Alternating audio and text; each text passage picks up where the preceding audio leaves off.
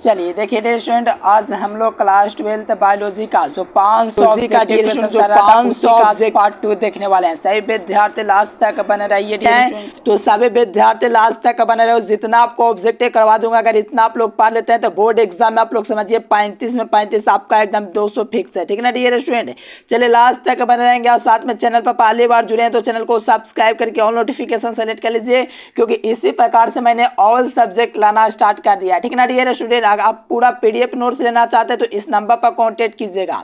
चलो पहले से आंसर पता हो तो कमेंट बॉक्स में कमेंट करते जाएगा। चलिए पहला क्वेश्चन आपसे पूछा जा रहा है कि भ्रूण कोश की जो सेंट्रल जो कोशिका होती है वो क्या होती है। देखिए भ्रूण जो कोश होता है दोस्तों, कोश उसकी जो सेंट्रल कोशिका होती है वो कैसी होती है, तो याद रखना डियर स्टूडेंट द्वितीय केंद्रक की होती है। तो बी नंबर फर्स्ट का राइट आंसर हो जाएगा। एक एक क्वेश्चन यहाँ से आपके एग्जाम के लिए इंपॉर्टेंट है। चलिए सेकंड नंबर क्वेश्चन में कहा जा रहा है कि मिट्टी को उपजाऊ बनाने के लिए कौन सहायक है। देखिए मिट्टी जो होता है उसको उपजाऊ बनाने के लिए कौन सहायक होता है। ठीक ना डियर स्टूडेंट, कीटनाशक के जैविक खाद की ईस्ट की इनमें से सभी। तो देखो जो मिट्टी को जो आपको दोस्तों उपयोग बनाने के लिए यानी कि उपजाऊ बनाने के लिए जैविक खाद का यूज करते हैं, तो बी नंबर इसका राइट आंसर हो जाएगा।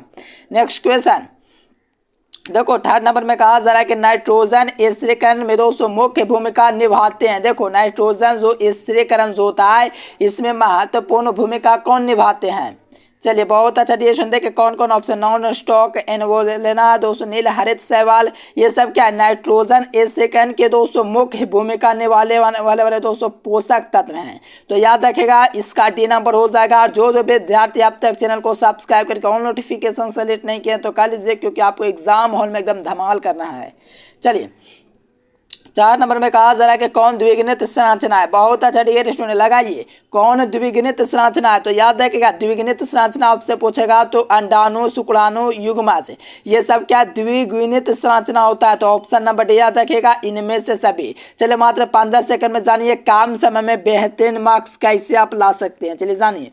देखिए जो विद्यार्थी कम समय में 400 नंबर लाना चाहते हैं यहाँ से गूगल ओपन करके एजुकेशन लेक्चर सर्च कीजिए। सर्च करने के बाद ये वेबसाइट आएगा। इस वेबसाइट पर आप लोग को क्लिक करना है। क्लिक करने के बाद 12th ISC में चले आना है।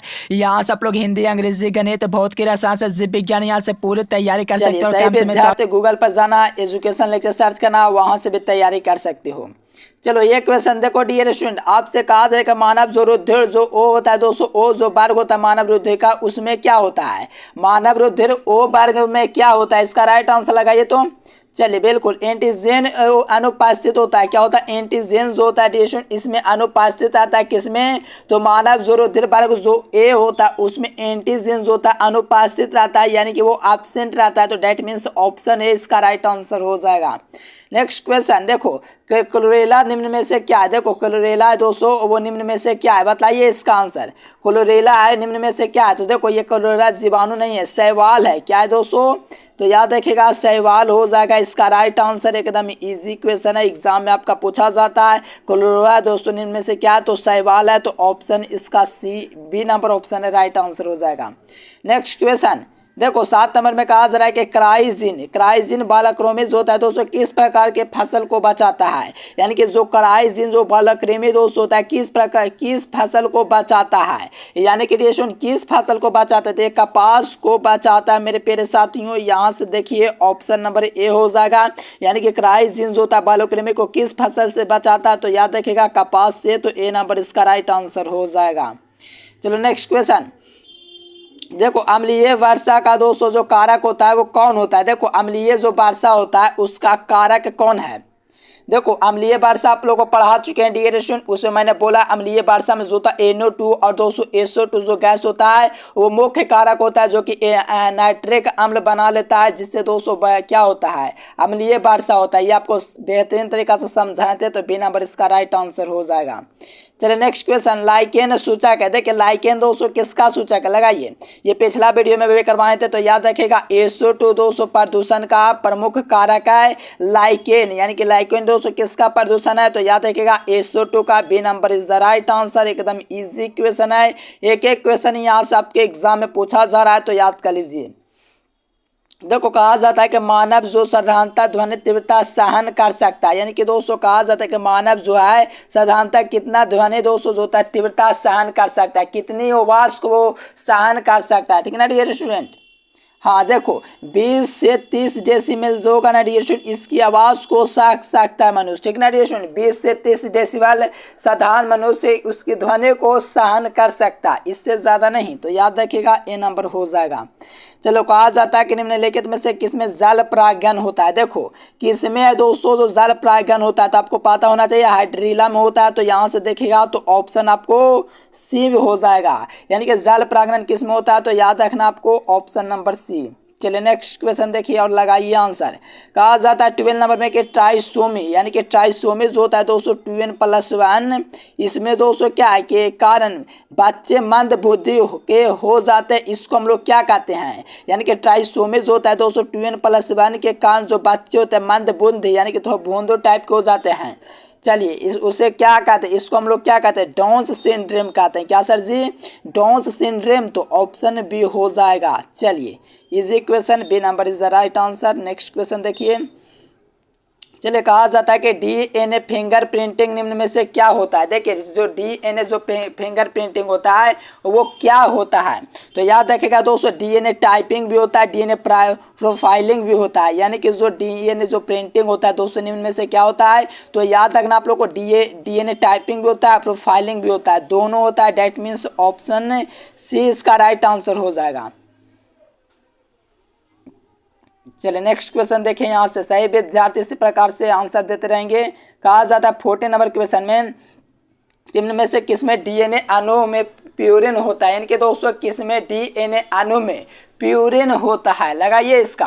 तो देखो आपका जो दिया गया रिएक्शन निम्नलिखित में से किसमें डीएनए तथा अणु में प्यूरिन होता है। तो याद रखिएगा ए एंड जी जो होता है दोस्तों इसमें जो होता है डीएनए जो होता है ए एंड जी वाला उसमें प्यूरिन होता है। तो ए एंड जी आपको याद रखना है, तो इसका सी नंबर याद रखिएगा। नेक्स्ट क्वेश्चन 15 नंबर में कहा जाता है कि एड्स की जो एक एड्स बीमारी में HIV को दोस्तों किससे कोशिका से नष्ट करता है, किस कोशिका को नष्ट करता है। एड्स जो बीमारी दोस्तों HIV में किस कोशिका को नष्ट कर देता है। चलिए बिल्कुल टी लिम्फोसाइट को नष्ट कर देता है। तो ऑप्शन नंबर सी इसका राइट आंसर हो जाएगा, टी लिम्फोसाइट को नष्ट कर देता है। चलिए 16 नंबर में कहा जा रहा है कि गिर राष्ट्रीय उद्यान विख्यात है। देखिए किसके लिए विख्यात है, ये तो हर विद्यार्थी जानता होगा जी। चलिए हाँ जी बहुत अच्छा, यानी कि सिंह के लिए दोस्तों विख्यात है। तो ऑप्शन देखिएगा तो ऑप्शन सी आपको मिल जाएगा। चलिए इजी क्वेश्चन एकदम एग्जाम में ये सब प्रश्न स्टूडेंट जो बार बार पूछे जा रहे हैं। चलिए 17 नंबर देखिएगा। तो कहा जा रहा है कि न्यूक्लिक अम्ल दोस्तों नाइट्रोजिनस बेस के बीच निम्न में से कौन सा बंधन होता है। देखिए कोई लगाएंगे पेप्टाइड बंधन, लेकिन नहीं, आपको ध्यान रखना है हाइड्रोजन बंधन पाया जाता है। कौन सा बंधन सर जी, हाइड्रोजन बंधन इनके बीच पाया जाता है। तो यहाँ से देखिएगा तो ऑप्शन डी हो जाएगा, न्यूक्लिक अम्लों को नाइट्रोजन के बेस निम्नलिखित में से कौन सा बंधन पाया जाता है। तो हाइड्रोजन बंधन, तो डी नंबर। देखो पिछला वीडियो में इसका बताए थे कैंसर किसके कारण होता है। तो याद रखिएगा ओका जिन्स के कारण होता है। तो बी नंबर इसका राइट आंसर हो जाएगा, यानी कि कैंसर किस कारण से होता है, ओका जिन्स के कारण, बी नंबर।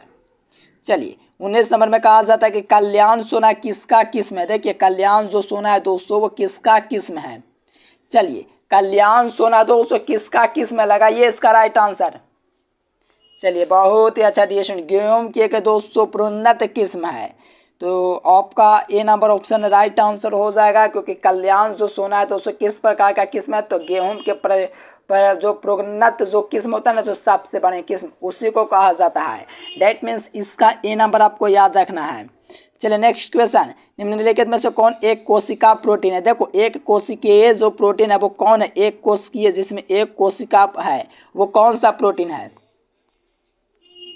चलो ऑप्शन ए में दिया गया एस्पाइरुलिन, ये तो आपका है। चलो क्लोरेला भी है, चलो सिंडेमस भी है। चलिए यानी कि आप लोग देखेंगे तो ऑप्शन ए और बी और सी दोनों सही है। तो याद रखिएगा ऑप्शन डी हो जाएगा इनमें से सभी। क्या क्या, एस्पाइरुलिना, क्लोरेला, सिंडेमस, ठीक ना डियर स्टूडेंट। तो डी नंबर याद रखिए इनमें से सभी। चलिए, और जो जो विद्यार्थी अब तक चैनल को सब्सक्राइब नहीं किए तो कर लेना है, क्योंकि आपको इसी प्रकार से सभी सब्जेक्ट का आपको 500 ऑब्जेक्टिव का सीरीज दिया जा रहा है। तो ऑल नोटिफिकेशन सेलेक्ट कीजिए और पीडीएफ के लिए यहाँ पर आपको नंबर दिख रहा है, इस नंबर पर आपको कॉन्टेक्ट करना है। चलिए, किसमें कृत्रिम दोस्तों बेस का निर्माण किया जाता है, यानी ये कृत्रिम बेस का जो निर्माण होता है वो कहाँ पर होता है, तो आपको पता होना चाहिए डियर स्टूडेंट, ये कायिक भ्रूण में होता है डियर स्टूडेंट। तो यहाँ से देखिएगा तो ऑप्शन ए इसका राइट आंसर हो जाएगा। कायिक भ्रूण में जो होता है आपका दोस्तों क्या होता है, तो कृत्रिम बीज का निर्माण होता है। दैट मीन्स ए इसका राइट आंसर हो जाएगा। नेक्स्ट क्वेश्चन, चलो कहा जाता है बेटा डीएनए, बी डीएनए जो होता है कि एक पूर्ण घुमाव में नाइट्रोजनस के बेस के कितने पेयर्स होते हैं, यानी कि कितने पेयर्स होते हैं जब बी डीएनए के दोस्तों पूर्ण घुमाव में नाइट्रोजन से बेस के होते हैं। ठीक है ना, कितना पेयर्स का घुमाव होता है, बिल्कुल 10 पेयर्स का घुमाव होता है। तो याद रखिएगा ऑप्शन बेस का राइट आंसर हो जाएगा। नेक्स्ट क्वेश्चन, निम्न में से कौन विषाणु रहित रोग है, देखिए विषाणु जनित जो रोग है दोस्तों वो कौन है, चलिए लगाइए इसका आंसर। विषाणु जो रहित जो रोग है दोस्तों वो कौन है, देखो फ्लू, पोलिया, एड्स। तो देखिए आपको दोस्तों विषाणु जो फ्लू भी होता है, पोलिया भी होता है, एड्स भी होता है। तो कहिए ऑप्शन नंबर डी इसका राइट आंसर हो जाएगा। ये सभी के कारण दोस्तों जो होता है विषाणु जनित रोग होता है। दैट मीन्स ऑप्शन डी आपको याद रखना है। चलो, ये तो आपको पता है दोस्तों 400 वर्ष पहले ही डोडो दोस्तों क्या हो चुका है, इस धरती को छोड़ चुका है, इनके विलुप्त हो चुका है। जैसे कि आप लोग देख पा रहे हो शेर बाघ, आने वाला जो समय होगा ना डिएशन 500 600 वर्ष या 100 वर्ष जो भी कहिए, वो सब आने वाला समय में दोस्तों क्या होंगे, विलुप्त हो जाएंगे। जिस प्रकार से डोडो भी हुआ करता था वह एक पक्षी था जो कि विलुप्त हो चुका है। इस प्रकार से कई एग्जाम्पल दोस्तों आप लोग दे सकते हो जो विलुप्त होते जा रहे हैं। उसी प्रकार से डोडो भी एक पक्षी था जो कि विलुप्त हो गया। तो याद रखिएगा ए नंबर इसका राइट आंसर हो जाएगा। चलिए, यहाँ से देखिएगा तो जीवाणु में पाया जाता है, देखो जीवाणु में क्या पाया जाता है। चलिए, जीवाणु जो होता है दोस्तों इसमें प्लाज्मिड में डीएनए तथा आरएनए दोनों पाया जाता है, यानी कि जो जीवाणु होता है इसमें आपका दोनों पाया जाता है, प्लाज्मिड डीएनए और आरएनए भी पाया जाता है। ठीक है ना डियर स्टूडेंट, दोनों क्वेश्चन आपके एग्जाम के लिए इंपॉर्टेंट है, तो याद रखना है और एग्जाम में धमाल करना है। देखिए द्विसंकर क्रॉस जो फिनोटाइपिक दोस्तों जो अनुपात होता है वो कितना का अनुपात होता है, चलिए लगाइए तो इसका डियर स्टूडेंट, यानी कि जो द्विसंकर जो क्रॉस फिनोटाइपिक का जो अनुपात होता है वो कितना होता है, लगाइए इसका आंसर। चलिए क्या होता है डियर 9:3:1 होता है। तो यहाँ से देखिएगा तो सी नंबर में दिया गया है। ये एकदम लॉलीपॉप क्वेश्चन था, ठीक ना डियर, याद रखिएगा। सूक्ष्म प्रजनन में कराया जाता है, देखिए सूक्ष्म जो प्रजनन होता है उसमें क्या कराया जाता है, सूक्ष्म जो प्रजनन होता है उसमें क्या कराया जाता है, तो याद रखिएगा डियर अलैंगिक जनन कराया जाता है। चलो, समान अनुवांशिक गुणों वाले पौधे भी, तो क्या कह सकते हैं, ऑप्शन डी हो जाएगा। ए और बी दोनों ऑप्शन है, क्योंकि देखिए सूक्ष्म जो प्रजनन होता है उसमें अलैंगिक जनन कराया जाता है। चलिए, और भी आपका एक समान अनुवांशिक गुण वाले दोस्तों पौधे भी होते हैं, तो याद रखिएगा ऑप्शन डी हो जाएगा।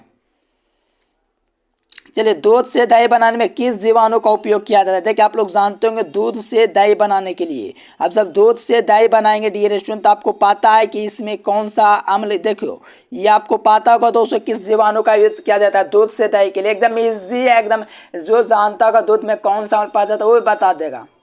चलो, चलिए बहुत ही अच्छा मेरे प्यारे साथियों, लैक्टोबैसिलस पाया जाता है, क्योंकि देखो दही में आपको पता है कि लैक्टोबैसिलस से अम्ल पाया जाता है। तो यहाँ से आपको ऐसे ही पता चल जा रहा है कि बी नंबर हो जाएगा। नेक्स्ट क्वेश्चन, कवक का दोस्तों मूल उदाहरण कौन है, देखो कवक का जो मूल उदाहरण है वो कौन है, तो देखो आप घटक तो नहीं होगा, चलो आंता परजीविता हो सकता है, लेकिन ये नहीं। तो याद रखिएगा डियर स्टूडेंट, आंता परजीविता दोस्तों कवक का एक मूल उदाहरण है, तो ऑप्शन बी हो जाएगा। नेक्स्ट क्वेश्चन, वायु द्वारा दोस्तों स्थानांतरित जो मृदा है उसका नाम बताना है, ठीक ना डियर स्टूडेंट, जो वायु द्वारा दोस्तों स्थानांतरित मृदा है उसका नाम बताइए। चलिए बहुत ही अच्छा, इओलिन हो जाएंगे, क्या हो जाएंगे, इओलिन, तो ऑप्शन डी।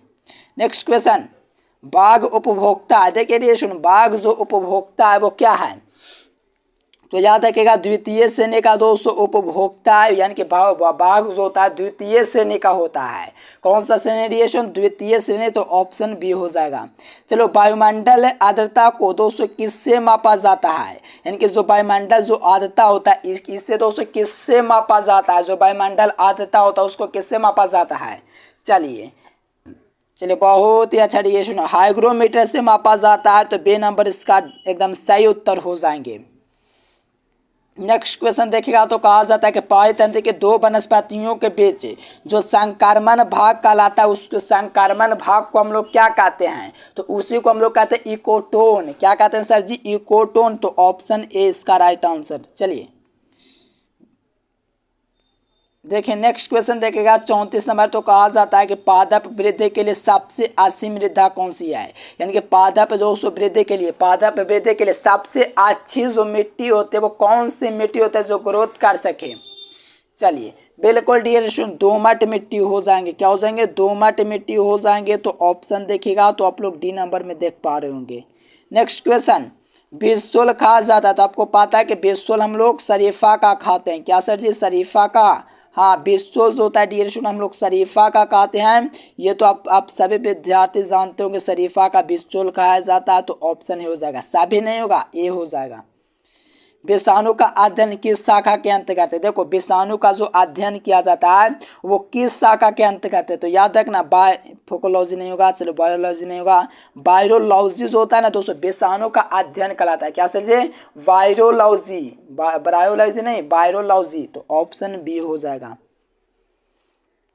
नेक्स्ट क्वेश्चन देखिए यहाँ से डियर स्टूडेंट 37 नंबर, पीसीआर आवश्यक है। देखिए स्टूडेंट पीसीआर विधि जो आवश्यक है किसके लिए? तो डीएनए जो होता है दोस्तों, डीएनए संवर्धन के लिए दोस्तों जो होता है पीसीआर आवश्यक होता है। देखो पीसीआर कराना जरूरी है डीएनए के संवर्धन के लिए, ठीक ना डियर स्टूडेंट? तो डी नंबर हो जाएगा। चलिए नेक्स्ट क्वेश्चन, जुकाम यानी कि जो था साधारण ठंडा होता है किसके कारण होता है? जुकाम उसको कहते हैं वो दोस्तों राइजो विषाणु के कारण होता है। क्या सर जी? राइनो विषाणु। हाँ जी, देख लीजिए कहाँ पर दिया गया, एकदम भौकाल मचा देना एग्जाम में जी। ऑप्शन सी हो जाएगा। यानी कि जुकाम जो साधारण ठंड होता है राइनो विषाणु के कारण होता है, डेट मीन्स ऑप्शन सी हो जाएगा। चलिए नेक्स्ट क्वेश्चन देखेगा 39 नंबर। तो कहा जाएगा कुछ रोगों की शीघ्र एवं सही पहचान के लिए किसका प्रयोग किया जाता है? यानी कि कुछ रोगों को शीघ्र पहचान, जल्दी पहचानने के लिए एवं दोस्तों उसका सही इलाज करने के लिए किसका यूज किया जाता है?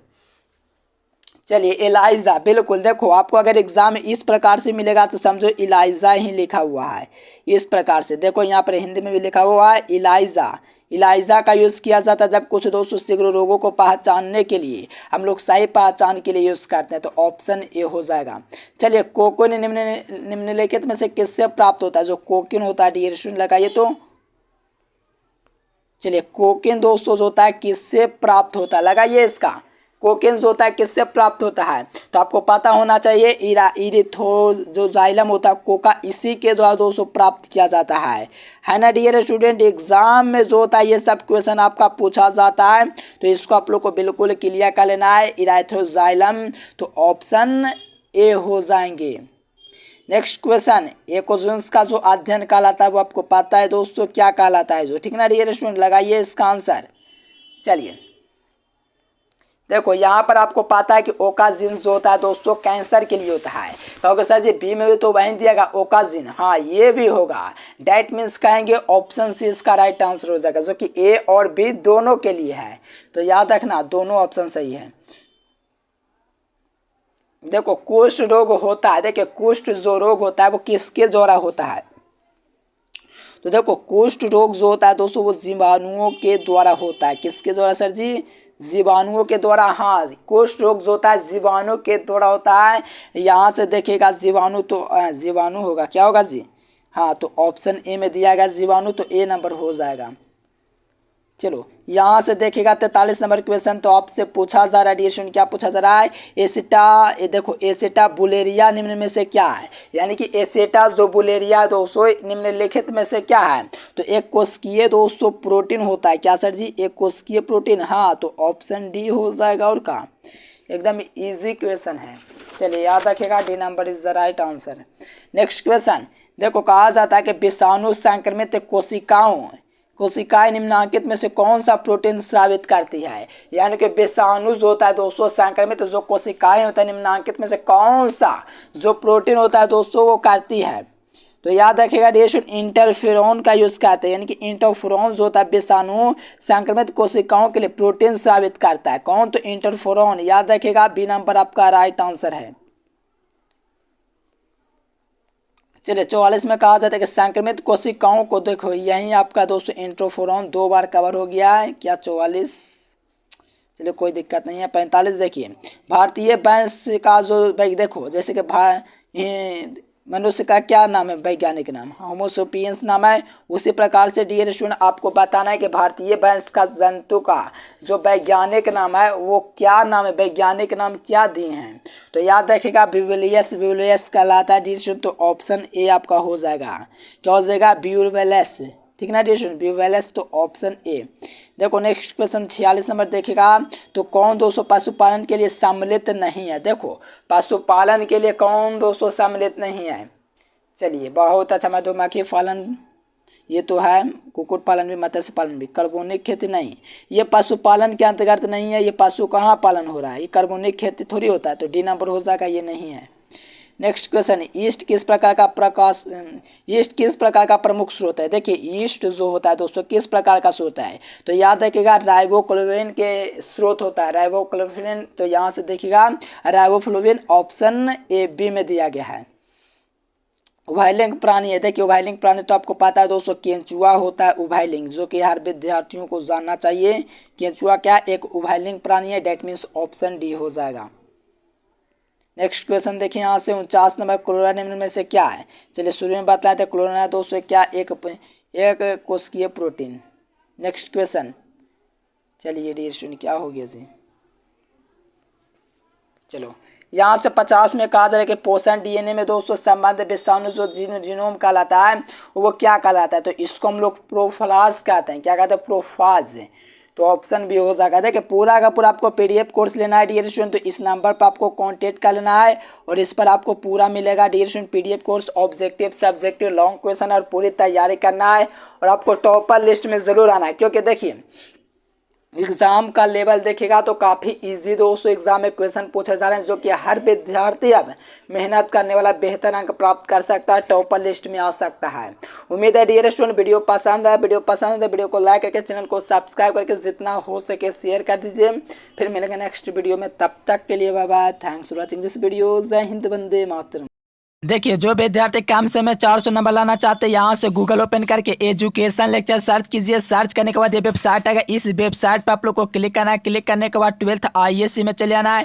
यहाँ से आप लोग हिंदी, अंग्रेजी, गणित, भौतिकी, रसायन से जीव विज्ञान यहाँ से पूरी तैयारी कर सकते हैं और कम समय